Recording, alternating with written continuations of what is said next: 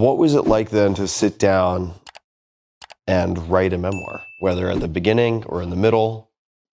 It was really challenging in the sense that the resistance that you feel, I think, to writing a memoir, the voice in your head says, who's going to give a fuck about your stupid stories, you know? Yeah. Everybody in the world's got a million of these things. Why is yours going to be any different?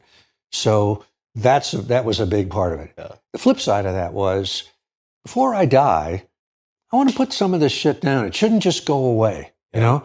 Even if it's only, my family, my nephews and nieces, that they should be able to read this. But then above and beyond that, and this is, I know, sort of where we've been trending into this conversation about the hardcore physical reality of the stuff, was like, how do I tell this fucking story? You know, Yeah. What do I leave out? Yeah. What do I leave in? What's the point of view?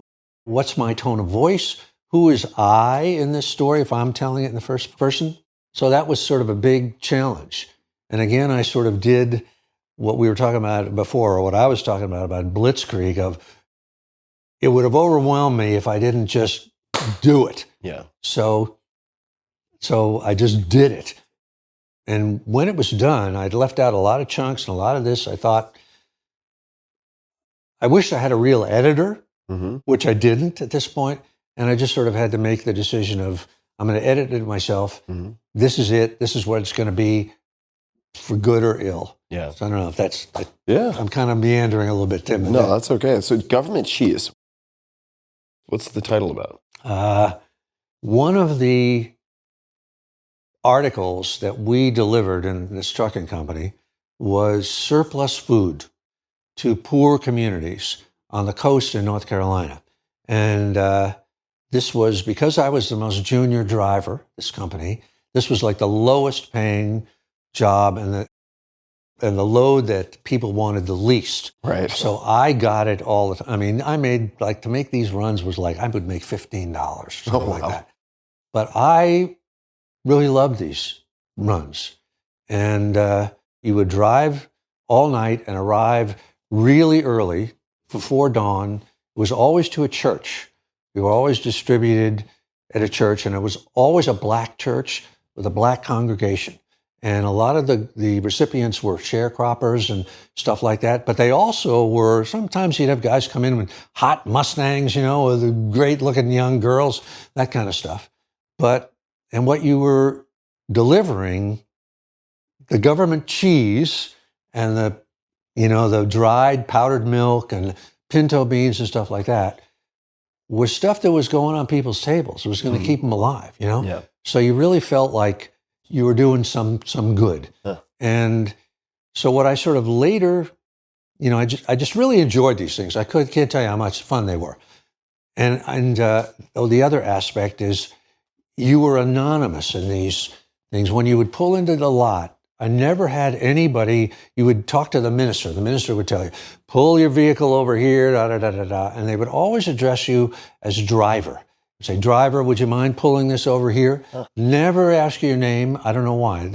And your role was sort of really to recede into the background. You didn't participate. You opened the doors and they took the food off the way they wanted to. So when all was said and done, this kind of goes back to the story I was telling about Hugh Reeves. I feel like writing is about delivering a load. It's sustenance. You hope it's sustenance, right? It's a load of surplus food, of government cheese, that's going to go on people's tables. And the other aspect about that is you are a vehicle for it. I didn't grow the cheese, all I did was deliver it. And when I'm done, the trailer's empty, I close it up and I go away and, do it again somewhere else. It's a metaphor for writing for me. In other words, that's what it was. That is great. So that's backstory. why, that's what government cheese means. What else would you like people to know about this memoir? Is there anything else that you would like to say about it? I mean, your stories are incredible. Your writing is incredible. The cover quotes you have are spectacular from a lot of people I respect. What else would you like to say about government cheese, if anything? Well, there is one other thing I would like to say. That, like I say, it's a writer's odyssey. It goes from somebody that at the start can't do it, and at the end of it can do it. Yeah. And one of the big takeaways from my story, at least, is that there are a series of breakthroughs along the way, emotional but almost always they never pay off in the moment. It's like you have a breakthrough and nothing happens. It's like 10 years later, finally it pays off, right? So that if anybody is listening to us today, Tim, and thinking, trying to get any sustenance out of that, one of the big lessons is it takes a long time. It's a real process. Like you're working on your 8 houses thing. It may be a few years before you really get a handle on this thing, Yeah, for sure. It would be amazing if you came right out of the chute and it worked, And so that it seems to me that the way these breakthroughs work is they need to mature. They take time. You think, oh, I finished a book.